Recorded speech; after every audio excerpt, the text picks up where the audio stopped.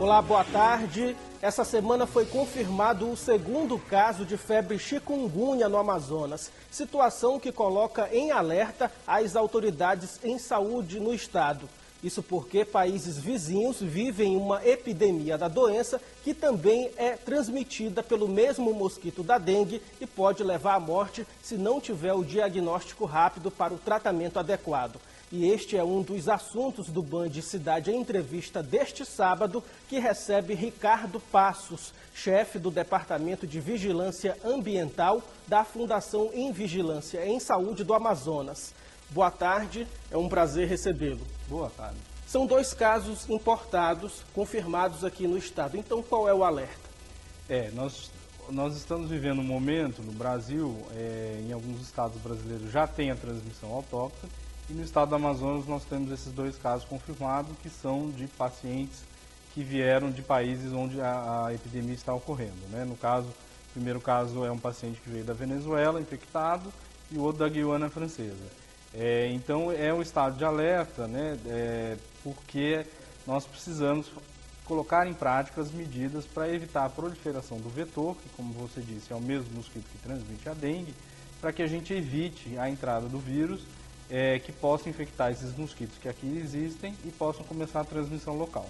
A gente pode relembrar um pouco sobre os casos. Quais foram os sintomas que os pacientes apresentaram? Os sintomas, eles são sintomas muito parecidos com os sintomas da dengue, né? Então ele é caracterizado por uma febre alta, de início súbito, pode ocorrer, né, dores, né, no corpo, né, aparecer manchas, mas o que é característico do chikungunya é a dor muito forte nas articulações. Essa é a característica que diferencia de um caso de dengue. Esses 2 pacientes, eles foram atendidos na Fundação de Medicina Tropical, que é a unidade de referência aqui no estado? Na verdade eles foram sim atendidos. O Tropical, ele é a unidade de referência, mas é importante que a população saiba que toda a rede de saúde, né, de Manaus e toda a rede do estado, ela está sendo preparada para receber todos os pacientes que sejam suspeitos do caso. O Hospital Tropical, nesse caso, ele vai está mais voltado para aqueles casos que possam ter gravidade da doença. Quais são os países que já registram os casos da doença?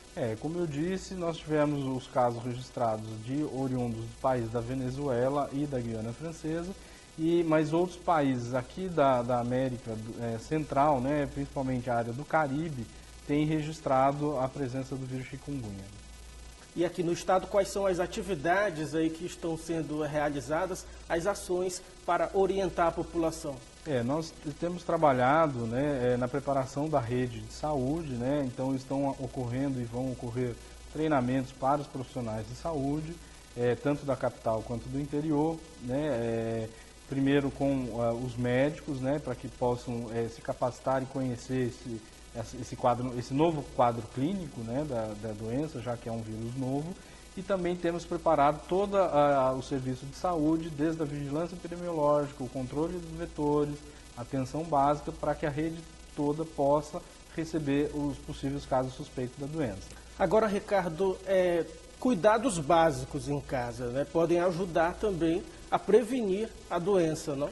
Exatamente, né? Como é o mesmo vetor da dengue e ainda não existe uma vacina, não existe uma medicação, né, que combata o vírus, então os cuidados básicos são os mesmos, né? Nós precisamos que a população conheça, entenda e possa nos ajudar, porque o mosquito da dengue, ele se cria em água limpa, água parada, localizada principalmente no nosso domicílio, na nossa casa, né? Então qualquer tipo de depósito que possa acumular água, principalmente agora que nós estamos entrando no período de chuva, ele se torna um criadouro do mosquito vetor. E a prevenção é isso, é eliminar esses criadouros, porque a gente mantendo livre de mosquito, a gente mantém livre da presença do vírus. Aquele tradicional fumacê, que muita gente não gosta do cheiro, né? É importante também para eliminar o mosquito?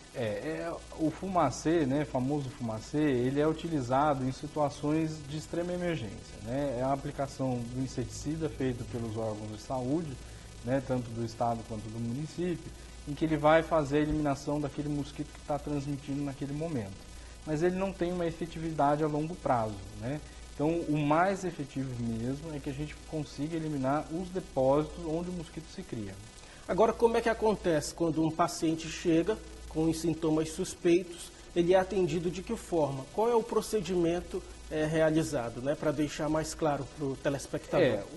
As pessoas têm que estar atentas ao seguinte, todo início de febre, com febre muito alta, né, súbita, ele deve procurar uma unidade de saúde. Lá os profissionais vão primeiro verificar se ele possivelmente não contraiu uma malária, né, porque aqui na região é comum. Se caso negativo, ele vai fazer um teste para dengue, que também pode ser ocorrer a dengue. E dependendo do histórico epidemiológico dele, se ele visitou um desses países nos últimos 15 dias, onde está ocorrendo a transmissão do chikungunya, aí sim vai ser avaliado junto com o quadro clínico se há a possibilidade de ele ter contraído o chikungunya. Como é que acontecem os exames até a confirmação, né, do caso? Aí nesse caso, né, tendo todo o histórico, aí será coletado a amostra, né, enviado ao Laboratório Central. Nós temos aqui o Laboratório Central do Amazonas sendo preparado para realizar esses exames na rotina pelo Ministério da Saúde. Hoje quem dá suporte à região norte como todo é o Instituto Evandro Chagas, e aí sim ele realiza os exames, né, que são necessários para confirmação. Certo. E no caso, nós estamos aí no período de transição, né, do período seco para o chuvoso. Quais são os cuidados também que se deve ter? Exatamente. Os cuidados são aqueles que eu falei, né? A população precisa participar efetivamente na eliminação dos depósitos que podem acumular água nesse período. Um pouco de chuva que enche esses depósitos, né? Pode haver os ovos depositados que ele fica aderidos à borda desses depósitos e a larva do mosquito eclode. Então, precisamos realmente a gente olhar o nosso domicílio. Nós temos a campanha estadual 10 minutos contra a dengue e chikungunya. Então, se cada morador tirar 10 minutos por semana para olhar o seu domicílio, olhar se tem algum depósito, seja ele pneus, garrafas, caixas d'água, ou mesmo qualquer tipo de lixo que possa acumular água, ele deve fazer a eliminação ou armazenar em local coberto para que não encha de água. Certo. Nós fizemos uma reportagem no bairro Lírio do Vale, acompanhando uma ação da equipe de agentes de saúde da prefeitura. E assim, nas primeiras horas da visita, já foi encontrado o vetor que transmite, né, o vetor do mosquito, que transmite a dengue e também a febre chikungunya. Ele se reproduz facilmente? Como é que ocorre? Facilmente, né? O mosquito está muito bem adaptado. Nós estamos vivendo aqui numa região, né, tropical, onde tem as condições perfeitas para proliferação, né, que é alta temperatura, alta umidade, e agora com a chuva, né, aumenta a quantidade de água disponível. Então ele, em 10 dias, né, em média, ele consegue completar seu ciclo de ovo até adulto e emergir um adulto. E o perigo é esse, porque o mosquito, ao picar uma pessoa infectada, seja de dengue ou de chikungunya, ele passa o resto da vida dele, toda vez que ele se alimentar novamente de algum ser humano, né, e a busca pelo sangue, ele vai fazer a transmissão desse vírus. Agora, qual é o ambiente propício para essa reprodução? Água limpa, água suja? Água limpa, né? O mosquito da dengue ele é bem especializado, ele gosta de água limpa. Manaus está terminando essa semana o levantamento de índice de infestação do vetor e a gente tem realmente algumas áreas que têm problemas ou com lixo ou com depósitos de armazenamento de água, que são criadores preferenciais aqui na nossa cidade. Tá certo, agora a gente vai para um breve intervalo comercial. O Band Cidade Entrevista deste sábado faz um intervalo e volta já já. Não saia daí. O Band Cidade Entrevista deste sábado está de volta, hoje recebendo o chefe do Departamento de Vigilância Ambiental da FVS, Ricardo Passos. No primeiro bloco, nós conversamos sobre a febre chikungunya. E voltamos a falar também sobre dengue, como é que estão os casos aqui no estado. Esse ano, considerando o mesmo período de 2013, nós estamos com uma redução muito boa dos casos de dengue, né? Uma redução aproximadamente de 60% dos casos notificados em relação a 2013. E isso é resultado de um trabalho que nós desenvolvemos junto com os municípios, por conta do projeto Copa Saudável. Então nós desde 2012 vemos trabalhando para a intensificação das ações de controle nesses municípios. Então, hoje nós temos essa redução, mas considerando que o período da dengue, né, ocorre exatamente no início das chuvas, né, com o aumento das chuvas, é sempre alerta a gente poder passar as orientações para a população. É porque o Lira é importante nesse trabalho para reduzir o mosquito? O Lira é um levantamento, né, que é feito, é um levantamento de índice, então é onde nós conseguimos medir a presença do vetor na cidade. Os agentes eles fazem uma visita por amostragem, né, nos bairros da cidade, e ele nos dá a informação de qual é o nível de infestação do mosquito e qual é o depósito predominante que é encontrado dentro das casas. E a partir desse resultado é que são direcionadas as ações de controle, né? Então, um exemplo, se eu tenho um município que apresenta como depósito predominante o tipo de lixo, então devem ser colocadas em prática as medidas para a eliminação desse lixo, como um tirões de limpeza. Caso seja depósito de armazenamento de água, então esses depósitos devem ser lavados, né? Então existe todo um trabalho de educação e saúde com a população para que a gente evite a proliferação do vetor. O que apontaram os últimos resultados? Olha, no estado do Amazonas, esse é o resultado do Lira Nacional, que foi divulgado, né, pelo Ministério da Saúde.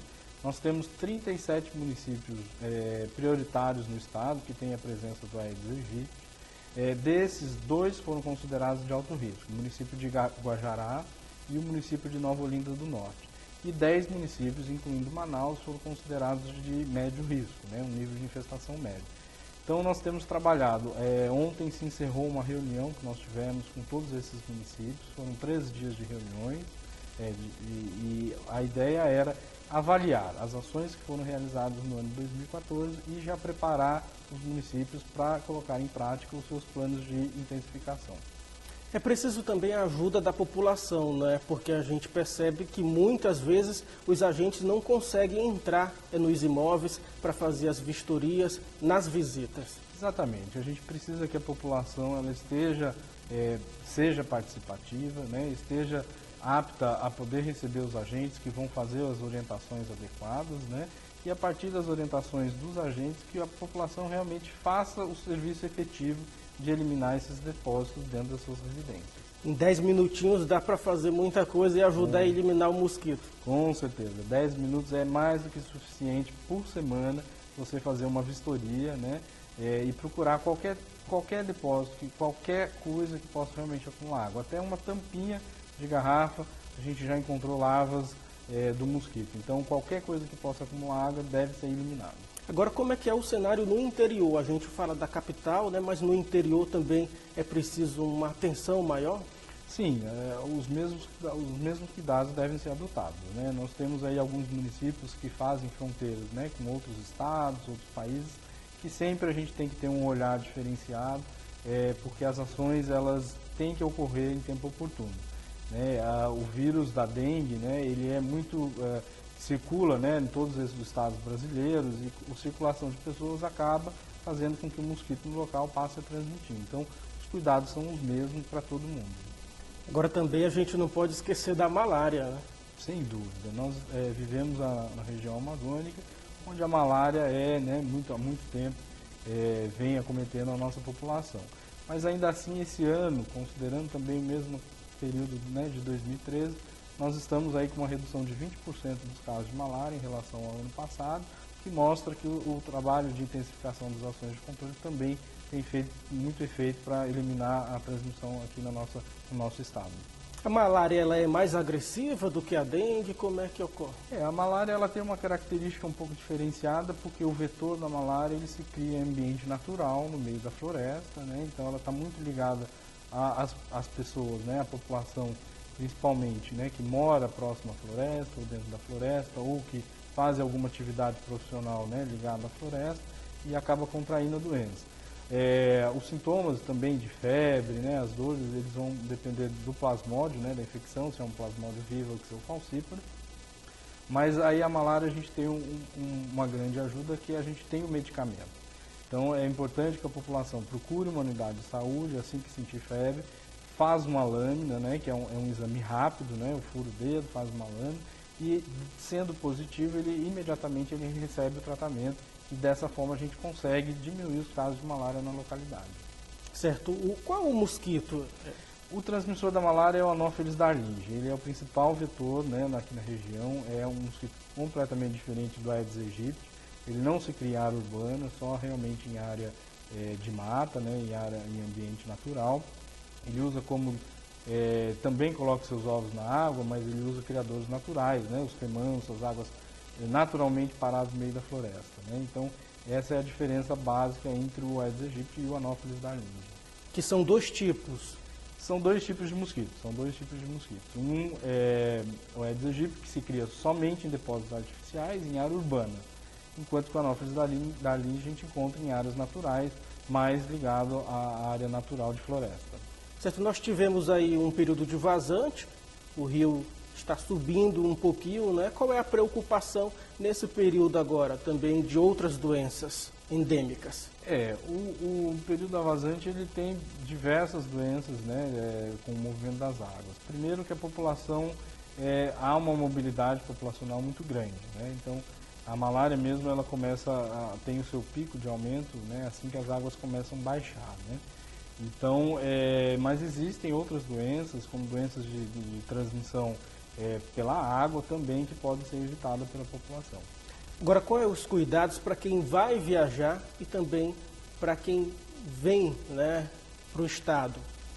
Olha, para quem vai viajar, a gente recomenda, né, que faça o uso de medidas protetoras, né, contra o mosquito. Então, o uso de repelentes, uso de camisas manga longas, tentando evitar a picada do mosquito, né? O mosquito Aedes aegypti ele pica normalmente durante o dia, então algumas medidas pessoais podem evitar que ele seja infectado.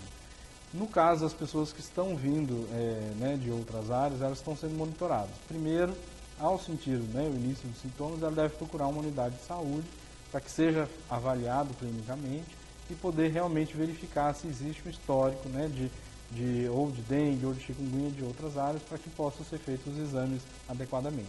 Nós temos os aeroportos, mas também os rios, que acabam se tornando rota, né, de entrada de pessoas que vêm com essas doenças? Exatamente. Por isso a orientação de que procure uma unidade de saúde, porque nós estamos preparando a rede para que ela esteja pronta para receber qualquer caso febril e suspeitar, né, ou de malária, ou de dengue, ou do próprio chikungunya.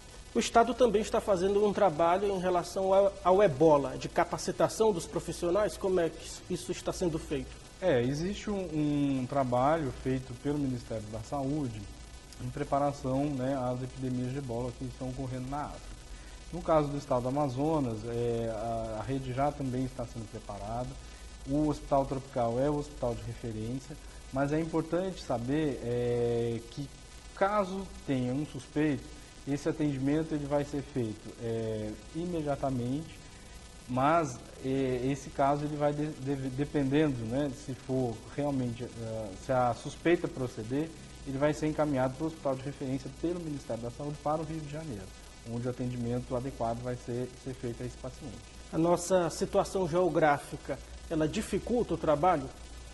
Olha, é claro que dificulta, né? A gente tem monitorado, né, a entrada, né, ou via aérea ou via fluvial, com participação efetiva da Anvisa, né, que tem a obrigação de fazer esse monitoramento na porta de entrada dos portos e aeroportos, mas ainda assim a gente acredita que é possível a gente fazer todo um trabalho de contenção para que esse vírus se expanda aqui no estado. E a questão dos locais clandestinos, até portos clandestinos? Mas a gente tem que levar em consideração que somente pessoas suspeitas, casos suspeitos vindo dos locais onde realmente está havendo, né, a epidemia, que elas são pessoas de risco, né? Então a gente não pode considerar que a entrada de qualquer pessoa vindo de qualquer país ela vai ser um risco, mas sim aqueles que têm histórico de permanecer em locais e que tiveram contato com pessoas doentes nos locais onde está ocorrendo a epidemia. Tá certo, eu gostaria de agradecer a sua presença e pedir para deixar as considerações finais e reforçando sobre esse tema que foi abordado hoje no Band Cidade Entrevista. Bom, eu agradeço o convite e gostaria de chamar a população a participar.